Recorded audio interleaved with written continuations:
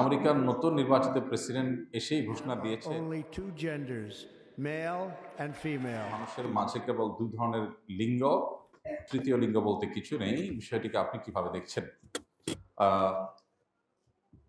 তার সাথে অন্য অনেক বিষয়ে আমার বা আমাদের মুসলমানদের ভিন্নমত থাকলেও এই একটি জায়গায় তার সাথে ভিন্নমত করবার কোনো সুযোগ নেই, বরং তার এই কথাকে সাধুবাদ জানাতে হবে।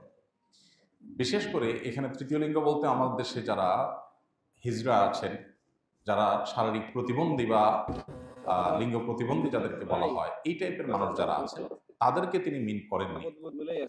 যদিও কোরআনে কারিমে আল্লাহ বলেন মানুষকে দুই ভাগে ভাগ করেছেন, মানুষ দুই কাতারের। আল্লাহ বলেছেন ইন্না খালাকনাকুম মিন যাকারিন ওয়া উনসা, তোমাদেরকে একজন নারী একজন পুরুষ থেকে সৃষ্টি করেছি। মানুষ নারী এবং পুরুষ দুই ভাগে বিভক্ত, তৃতীয় কোনো প্রকার নাই।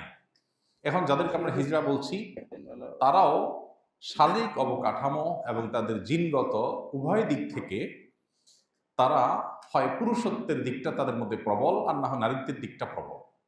তো নারীত্ব বা পুরুষত্ব যে কোনো একটা যখন প্রবল হবে তখন তাকে সেই ক্যাটাগরি ধরে তার ট্রিটমেন্ট এবল হলে ট্রিটমেন্ট করে তাকে চিকিৎসা করে পূর্ণাঙ্গভাবে তিনি যেইটার দিকে প্রবল সেই পরিচয়ে তাকে পরিচিতি করা, তার সেই পরিচিতিকে এস্টাবলিশ করা, এটা হলো শরিয়ার নির্দেশনা।